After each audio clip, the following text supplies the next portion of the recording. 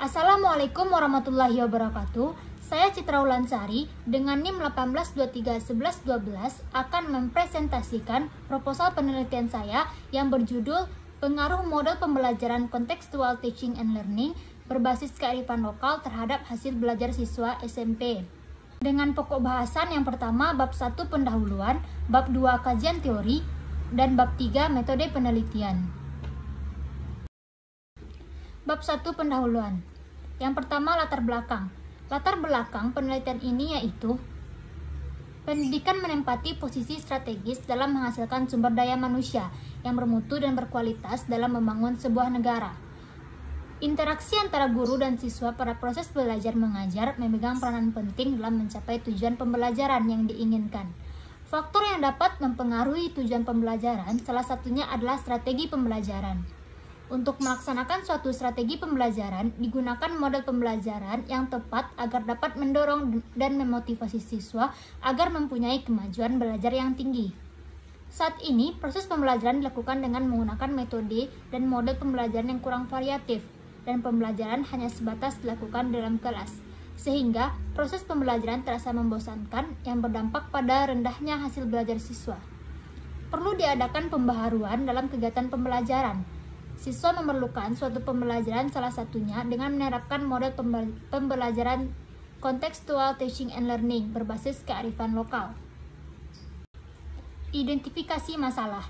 Berdasarkan latar belakang masalah yang telah diuraikan peneliti, maka identifikasi masalah dari penelitian ini yaitu guru masih berfungsi sebagai pusat informasi siswa dan masih menggunakan metode ceramah yang membuat siswa kurang aktif dan hanya sekedar menerima materi saja.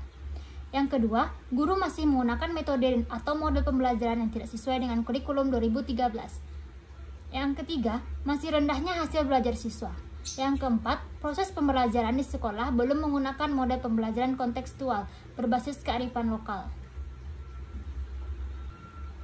Supaya permasalahan yang dibahas tidak terlalu luas dan menyimpang dari sasaran yang diinginkan, maka peneliti perlu membatasi masalah dalam penelitian ini. Berikut batasan masalah dalam penelitian ini. Yang pertama, model pembelajaran yang digunakan adalah model pembelajaran Contextual Teaching and Learning atau CTL berbasis kearifan lokal. Yang kedua, subjek penelitian adalah siswa SMP.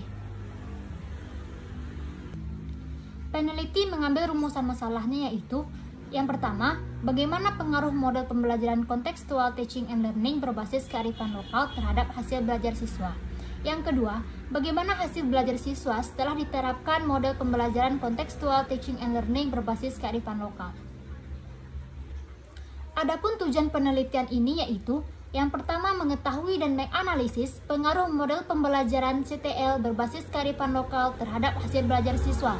Yang kedua, mengetahui dan menganalisis hasil belajar siswa setelah diterapkan model pembelajaran CTL berbasis kearifan lokal. Selanjutnya, manfaat penelitian.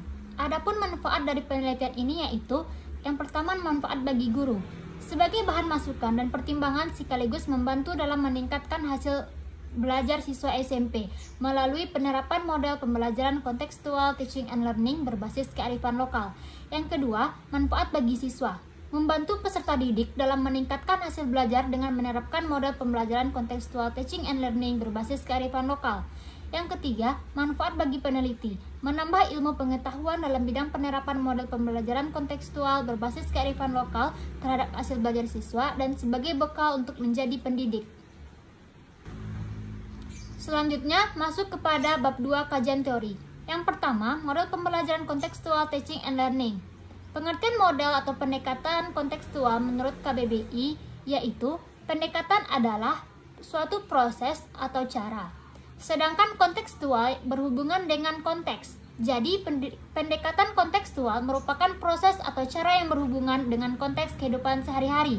Jamil Suprahatiningrum 2016. Nah, menurut Wina Sanjaya 2017, pembelajaran kontekstual teaching and learning adalah strategi pembelajaran yang menekankan kepada proses keterlibatan siswa secara penuh untuk menemukan materi yang dipelajari dan menghubungkannya dengan situasi kehidupan nyata. Model pembelajaran kontekstual teaching and learning adalah pembelajaran yang menerapkan dan mengalami apa yang sedang diajarkan dengan mengacu pada masalah-masalah dunia nyata, sehingga pembelajaran akan menjadi lebih berarti, menyenangkan, serta bermakna. Nurdiansah dan kawan-kawan 2016. Selanjutnya, kearifan lokal. Menurut Wibowo dan Gunawan 2015, kearifan lokal adalah budaya yang dimiliki masyarakat tertentu dan pada lokasi tertentu yang dipercaya sanggup bertahan dalam menghadapi arus globalisasi. Lalu menurut Purwaningrum 2018 menjelaskan bahwa dengan menggunakan kearifan lokal memungkinkan siswa untuk memahami materi secara spesifik sehingga pembelajaran menjadi lebih bermakna. Lalu menurut Oktavianti dan kawan-kawan 2016 menjelaskan bahwa budaya lokal merupakan bagian dari kemampuan unggulan yang menjadi ciri khas suatu daerah. Oleh karena itu, model pembelajaran CTL berbasis keunggulan daerah merupakan model pembelajaran yang dapat membimbing siswa untuk berpikir secara spesifik dengan mengacu pada sumber belajar yang dikembangkan berdasarkan budaya atau potensi daerah tertentu. Selanjutnya, kajian teori mengenai hasil belajar. Belajar adalah suatu proses perubahan kegiatan yang mencakup pengetahuan, kecakapan, tingkah laku yang diperoleh melalui latihan dan bukan perubahan dengan sendirinya. Esti Ismawati 2016. Hasil belajar diartikan menjadi hasil yang dicapai seseorang yang ditunjukkan oleh apa yang telah dipakai sebagai alat ukur untuk melihat taraf keberhasilan setelah melakukan usaha tertentu, seperti dalam proses belajar. Selanjutnya masuk kepada bab 3 metode penelitian. Yang pertama, jenis dan desain penelitian. Jenis penelitian ini adalah penelitian eksperimen dengan desain penelitian non-equivalent control group design. Desain non-equivalent control group design melibatkan dua kelas, yaitu kelas eksperimen dan kelas kontrol. Selanjutnya, lokasi dan waktu penelitian. Lokasi penelitian. Penelitian ini dilakukan di SMP Negeri 3 Lubuk Basung, Kabupaten Agam, Kecamatan Lubuk Basung. Waktu penelitian. Waktu yang dibutuhkan dalam penelitian ini kurang lebih 6 bulan, yaitu mulai dari bulan Juli dan selesai bulan Desember 2021. Selanjutnya ada populasi dan sampel penelitian.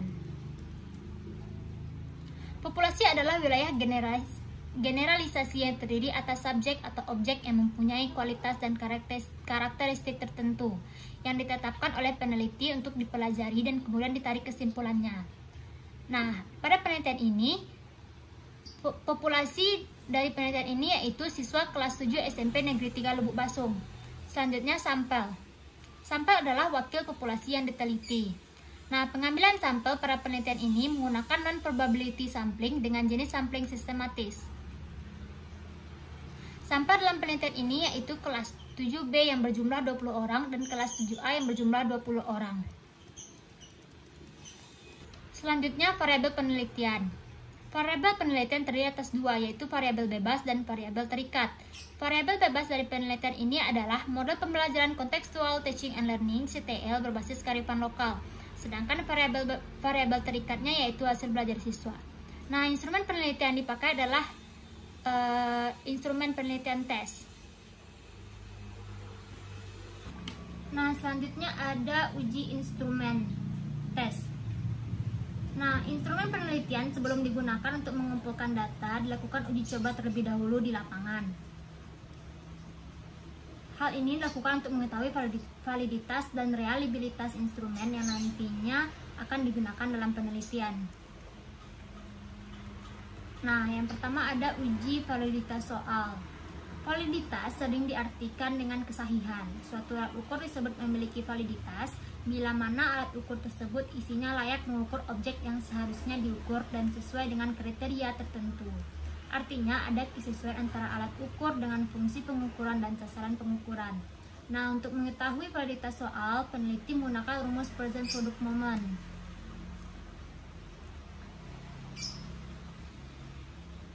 Nah, selanjutnya ada uji reliabilitas soal. Uji reliabilitas adalah instrumen yang digunakan sebagai alat pengumpulan data. Nah, untuk mencari koefisien reliabilitas ini, instrumen tes peneliti menggunakan rumus yang ditemukan oleh Kuder dan Carson, yaitu rumus KR20.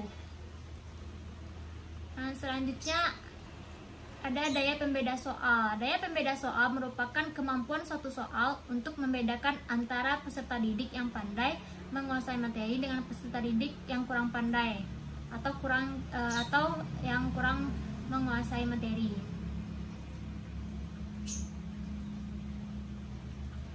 Nah, tes bentuk objektif dalam menghitung daya pembeda ini dapat dilakukan dengan menggunakan rumus menentukan indeks daya pembeda. Selanjutnya ada uji tingkat kesukaran soal. Tingkat kesukaran soal adalah peluang untuk menjawab benar atau salah pada tingkat kemampuan tertentu yang biasanya dinyatakan dengan indeks.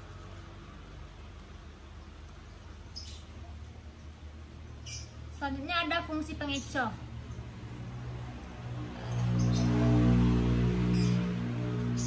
Pengecoh dapat berfungsi dengan baik apabila pengecoh tersebut mempunyai daya tarik yang besar bagi pengikut tes yang kurang memahami konsep. Nah, pengecoh dikatakan berfungsi dengan baik apabila dipilih paling sedikit 5% dari peserta tes. Selanjutnya ada teknik analisis data. Nah, menurut Sugiono 2018, dalam penelitian kuantitatif, analisis data merupakan kegiatan setelah data dari seluruh responden atau sumber data lain terkumpul.